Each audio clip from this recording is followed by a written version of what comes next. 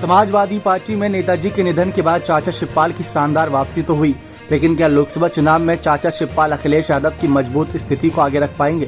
क्योंकि विधानसभा चुनाव में अखिलेश यादव फेल हो गए थे दोबारा सत्ता हासिल करने में, योगी सरकार को हटा पाने में, लेकिन क्या इस बार कामयाबी हाथ लगेगी लोकसभा चुनाव में? क्योंकि तब 2022 के विधानसभा चुनाव के वक्त चाचा शिवपाल का इतना साथ नहीं था। कई नेताओं ने ये बात स्वीकारी थी कि अगर चाचा शिवपाल जैसे चाणक्य नेता अखिलेश के साथ मिलकर रणनीति बनाते तो योगी सरकार को सत्ता में वापसी से रोका जा सकता था। लेकिन अब यही बात अगर लागू कर दे हम लोकसभा चुनाव पर कि क्या लोकसभा चुनाव में चाचा का जादू चलेगा, तो इस पर काफी संदेह पैदा किया जा रहा है।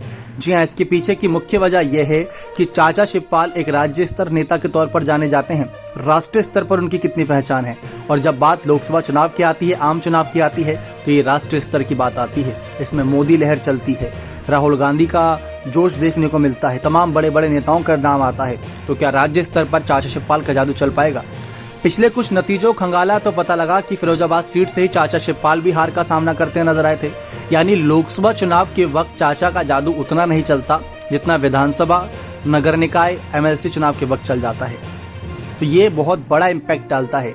यानी ऐसे कई राज्य हैं जहां पर जनता कांग्रेस पर भरोसा जताती है, समाजवादी पार्टी पर भरोसा जताती है, बसपा पर भरोसा जताती है, लेकिन जब बात राष्ट्रीय स्तर की आती है तो उन्हीं राज्यों की सीटों को भाजपा ले जाती है। जैसे राजस्थान, मध्य प्रदेश और छत्तीसगढ़।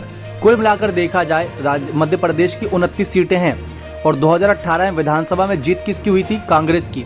लेकिन उन 29 सीटों में 28 सीट पर 2019 में यानी अगले साल ही बीजेपी की जीत हुई 28 सीटों पर। तो जब राष्ट्रीय स्तर की बात आती है तो जादू किसका चलता है किसका नहीं, आप खुद देख सकते हैं। लेकिन लोकसभा चुनाव में अखिलेश को उम्मीद है कि सभी नेता मिलकर काम करेंगे तो ज्यादा से ज्यादा सीटें निकाल लेंगे। अखिलेश ने खैर अभी तो कोई दावा किया नहीं कि हम कितनी सीटें जीतेंगे, लेकिन बीजेपी दावा कर रही है कि हम 80 की 80 सीटें जीतेंगे। चाचा शिवपाल के आने से कितनी मजबूत हुई है समाजवादी पार्टी, राष्ट्रीय स्तर पर भी ये अब इस बार पता चलेगा। क्या आपको लगता है कि वो मजबूती नजर आएगी क्या या नहीं? क्योंकि मैनपुरी उपचुनाव डिम्पल यादव की जीत के वक्त तो बहुत नजर आई थी, वो भी एक बड़ा चुनाव था सांसद पद का। अब देखते हैं कितना जादू अब चलता है। बन रहे चैनल के साथ बहुत बहुत धन्यवाद।